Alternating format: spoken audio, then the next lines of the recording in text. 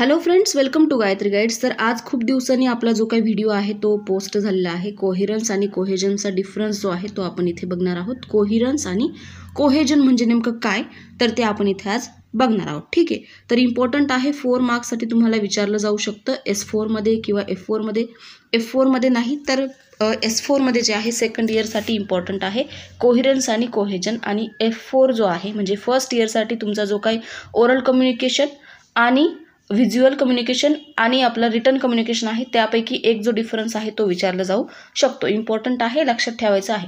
तर बघूया कोहेरन्स आणि कोहेजन म्हणजे नेमकं काय. ठीक आहे, डिफरन्स आहे 4 मार्क्सला विचारला जाऊ शकतो, म्हणजे तुम्हाला कमी कमी 6 किंवा 8 पॉईंट लिहिणं गरजेचं आहे. ठीक आहे, मग कोहेरन्स म्हणजे काय की कोहेरन्स म्हणजे इन शॉर्टकट जे आहे त्याला माझ्या सोप्या शब्दात तुम्हाला सांगायचं म्हणजे काय की कोहेरन्स म्हणजे एखादी गोष्ट जी आहे ती एक्सप्रेस करणं, म्हणजे काय की स्पष्ट करणं, एक्सप्लेन करणं ज्याला आपण म्हणू शकतो, त्याला म्हणायचं आहे कोहेरन्स. म्हणजे काय की to explain something or express something, त्याला आपण कोहेरन्स म्हणणार आहोत. मग बघायचं आहे की it is base more on the logic of the ideas and how they are presented rather than on the language that is used to express. हा जो शब्द आहे इथे एक्सप्रेस दस आयडिया, म्हणजे ती जी आयडिया आहे ती एक्सप्रेस कशी केलेली आहे किंवा एक्सप्लेन कशी केलेली आहे, बरोबर. तर त्याला काय म्हणणार आहोत आपण, कोहेरन्स म्हणणार आहोत. एकदम सिंपल साधी कन्सेप्ट आहे. ठीक आहे, नंतर कोहेजन म्हणजे काय असणार आहे की कोहेजन म्हणजे माझ्या सोप्या शब्दात सांगायचं तुम्हाला म्हणजे काय की एखादी गोष्ट जोडणं किंवा एखादं सेंटेन्स असेल, एखादा वर्ड असेल, ते पार्ट जो असणार ते जोडणं, टू कनेक्ट समथिंग, बरोबर. टू कनेक्ट समथिंग, त्याला काय म्हणणार आहोत आपण, कोहेजन म्हणणार आहोत. Refer to the degree to which sentence or event different parts of one sentence, म्हणजे काय की एक जे सेंटेन्स असतं त्याचं डिफरंट पार्ट्स जे आहे ते जोडणं, त्याला काय म्हणणार आहोत आपण, कोहेजन असं म्हणणार आहोत. So that the flow idea is easy to follow, म्हणजे काय की ह्या फ्लोनुसार जर आपण एखादं वाक्य, सेंटेन्स किंवा मग जे काही शब्द असतील ते जोडले गेले तर त्यांनी काय होणार आहे, आपल्याला ज्या आयडियाज आहेत त्या आपल्याला इझी आपण काय करू शकतो, फॉलो करू शकतो. असं सिंपल साधा डिफरन्स आहे. कोहेजन म्हणजे काय, टू कनेक्ट समथिंग, आणि कोहेरन्स म्हणजे काय की to explain something or express something. एकदम सिंपल आहे. एवढं लिहिलं तर 1 मार्क्स तुम्हाला आरामशीर मिळणार आहे किंवा हाफ मार्क्स मिळणार आहे, बरोबर. मग कोहेरन्स म्हणजे काय की डिटेलमध्ये थोडं बघूया. Coherence means the connection of idea at the idea level and cohesions means the connection of idea at the sentence level, बरोबर. कोहेरन्स काय असणार आहे, एखादी आयडिया जी आहे ती कनेक्ट करणं, कोणत्या लेवलला, आयडिया लेवलला. आणि कोहेजन काय असणार आहे की कनेक्ट करणं, काय कनेक्ट करणं, सेंटेन्स लेवलला एखादी आयडिया जी आहे ती कनेक्ट करणं म्हणजे काय आहे, कोहेजन असणार आहे, बरोबर. बेसिकली कोहेरन्स रेफर्स टू द, हे काय आहे, थेरॉटिकल असायला हवा होता, आहे की रॅथॉरिटिकल आहे.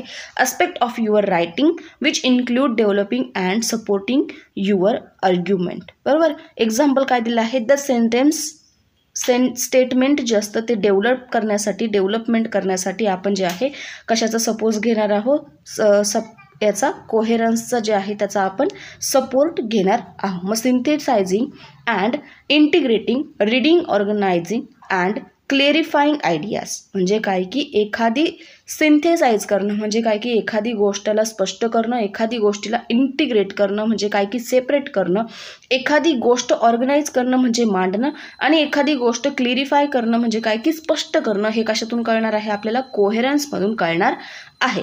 मग आता कोहेजन म्हणजे काय की दो cohesion of writing focus of the grammatical aspect, बरोबर. म्हणजे हा थेरॉटिकल शब्द आहे, इथे टी जो आहे तो ब्लर झालेला आहे किंवा स्पेलिंग जे आहे ते थोडंसं गडबडलेलं आहे, बरोबर. म्हणजे काय की कोहेरन्स जे असणार आहे ते थेरॉटिकल अस्पेक्ट असणार आहे आणि कोहेजन जे असणार आहे ते ग्रॅमॅटिकल अस्पेक्ट असणार आहे. हा असणार आहे तुमचा सेकंड पॉईंट, बरोबर. इथपर्यंत तुम्हाला 2 मार्क्स आरामशीर मिळतील. One of the practical tools that can help improve the coherence your writing is to use connect map concept map, म्हणजे काय की एखादं जे काही कन्सेप्ट मॅप आहे तो यूज करून आपण काय करू शकतो, आपलं जे काही कोहेरन्स आहे ते स्किल जे आहे ते काय करू शकतो, इम्प्रूव्ह करू शकतो. कोहेरन्स म्हणजे काय की एक्सप्रेस करण्याचं किंवा एक्सप्लेन करण्याचं जे काही स्किल असतं ते आपण कन्सेप्ट मॅप यूज करू शकतो. The concept map is also non as a reverse outline. यालाच काय म्हणणार आहोत आपण, रिव्हर्स आउटलाईन सुद्धा म्हणणार आहोत. Since you make an outline of your paper after you have finish the main ideas of your paper. म्हणजे काय की आपण काय करत असतो, सपोज आपला पेपर जो आहे तो लिहून झाल्यानंतर आपण काय करतो, आउटलाईन करतो है ना. कुठे कुठे इम्पॉर्टंट शब्द आहे, कुठे कुठे इम्पॉर्टंट कन्सेप्ट आहे, पॉईंट असतील त्याला आपण अंडरलाईन करतो ब्लॅक पेननी. म्हणजे इथे काय करणार आहोत, आपला पेपर जो काय आहे तो संपल्यानंतर आपल्या ज्या काय पेपरला आपण ज्या काही आउटलाईन करतो त्याला कन्सेप्ट मॅप किंवा रिव्हर्स आउटलाईन असं म्हटलं जातं. ठीक आहे. Write down the main idea of each paragraph which is called as a topic sentence. Main idea जी आहे, एखाद्या पॅराग्राफची मेन आयडिया जी आहे ती लिहिणं, याला काय म्हणणार आहोत आपण, टॉपिक सेंटेन्स. म्हणजे काय की सपोज तुम्हाला कोल्ह्यावर जे आहे सपोज, किंवा मग तुम्हाला बैलावर एखादी स्टोरी आली, मग तो मेन पॅराग्राफ काय आहे की तुम्हाला बैलावर किंवा काऊवर स्टोरी आली आहे, तर तो काऊचा मेन पॅराग्राफ असणार आहे. म्हणजे ते काय असणार आहे, तुमचं टॉपिक सेंटेन्स असणार आहे. On a blank piece of paper. Check to see if the topic sentence are connected the thesis statement of your paper, or if you have strayed from your main argument. बुक्सचं जे काही page आहे थोडंसं इथे photos जे आहे थोडे दिसत नाही आहे वर्ड, त्यामुळे थोडे स्पेलिंग मिस्टेक होत आहे. ठीक आहे. तर अशा प्रकारे शॉर्टकट अँड सिम्पल कन्सेप्ट आहे कशाची, कोहेरन्सची. तर कोहेजन काय असणार आहे बघूया. Cohesion is also a very important aspect, बरोबर, of academic writing because it immediately affect the tone of your writing. म्हणजे काय की आपलं जे काय रायटिंग करण्याचं टोन असतं, आपली जी काय रायटिंग करण्याची हँड रायटिंग असते, त्यावर कोहेजनचा खूप जास्त इम्पॉर्टंट असर पडतो, कनेक्ट करतो. म्हणजे काय की आपण एखादी शब्द जे आहे रायटिंग, इंग्लिशमध्ये रायटिंग करताना जे शब्द आहे, सेंटेन्स आहे, पॅराग्राफ आहे, ते जसे आपण कनेक्ट करतो तसा त्याचा मिनिंग जो आहे तो चेंज होत असतो किंवा बदलत असतो. जसं आपण बोलतो त्या शब्दांपासून जे आपण कनेक्ट करून बोलतो एखादं वाक्य, त्यामुळे त्याचा खूप जास्त आस्पेक्ट कशावर पडतो, कोहेजनचा आस्पेक्ट जो आहे तुमच्या लिहिण्यावर पडत असतो. Although some instructors may say that you will not lose point because of grammatical error in your paper. बरोबर. काही आस्पेक्ट म्हणजे काही लोकांनी काय सांगितलेलं आहे की तुम्ही तुमचे जे काही पॉईंट्स आहेत ते लूज करू शकत नाही, कारण तुमचे जे काही ग्रॅमॅटिकल एरर जे असतात ते तुमच्या पेपरमध्ये नसले तर तुम्ही काय करू शकतात, ते पॉईंट्स आहे तुमचे मार्क्स जे आहे ते कमी करू शकत नाही. फॉर एक्झाम्पल तुमचं एखादा स्पेलिंग मिस्टेक झालेलं असेल तरीही तुम्हाला कोणी मार्क्स तिथे कमी करणार नाही. रादर दॅन कधी जेव्हा तुम्हाला तिथे ग्रामरच लिहायचं असेल, सपोज तुम्हाला 8 मार्क्सचं तुम्हाला ग्रामर विचारलेलं आहे आणि 8 पैकी 8 मार्क्सचं ग्रामर तुमचं एकदम स्पेलिंग जे करेक्ट फुल तुम्ही जर लिहिलं तर तुम्हाला 8 मार्क्स मिळणार आहे. हां, आणि तुम्हाला एखादा पॅसेज लिहायचा आहे किंवा मग एखादी स्टोरी लिहायची आहे, त्या ठिकाणी तुम्हाला 8 मार्क्सची जी स्टोरी असेल किंवा पॅसेज असेल, या ठिकाणी तुमचे मधी किती तुम्ही स्पेलिंग चेक केलेलं आहे किंवा किती चुकवलेले आहे याच्याशी कोणाला काहीही घेणं देणं नसतं. ठीक आहे. तर हे जे काय असणार आहे कोहेजनचे काय असणार आहे, त्याला आपण ग्रॅमॅटिकल आस्पेक्ट किंवा म्हणतो, किंवा मग ग्रॅमॅटिकल करेक्ट सेंटेन्स असं सुद्धा आपण त्याला म्हटलेलं आहे. इथे तुम्हाला दिलेलं आहे की ग्रॅमॅटिकल आस्पेक्ट और ग्रॅमॅटिकल करेक्ट सेंटेन्स असं सुद्धा कोहेजनला म्हणतात. ठीक आहे. व्हाय आर कोहेजन अँड कोहेरन्स इम्पॉर्टंट. काय इम्पॉर्टंट आहे ते त्यांनी तिथं दिलेलं आहे.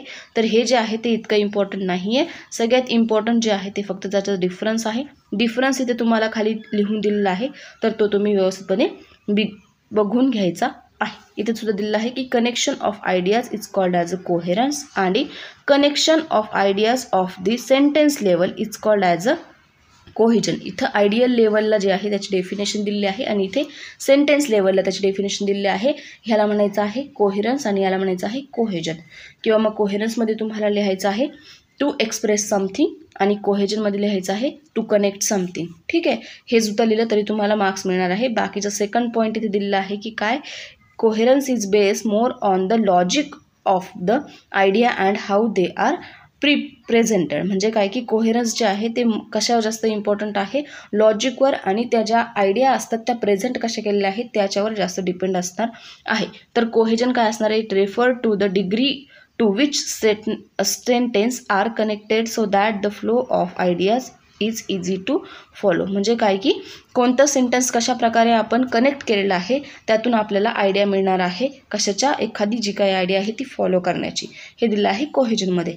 कोहेरन्स रेफर्स टू द थेरॉटिकल इथं सुद्धा त्यांनी स्पेलिंग जे आहे ते तसंच केलेलं आहे. थेरॉटिकल अस्पेक्टवर जे आहे तुमचं कोहेरन्स रेफर केलेलं असणार आहे आणि कोहेजन ग्रॅमॅटिकल अस्पेक्टवर तुम्हाला रेफर केलेलं असणार आहे. अशा प्रकारे तुम्हाला जवळपास 7 ते 8 पॉईंट लिहिले गेले पाहिजे.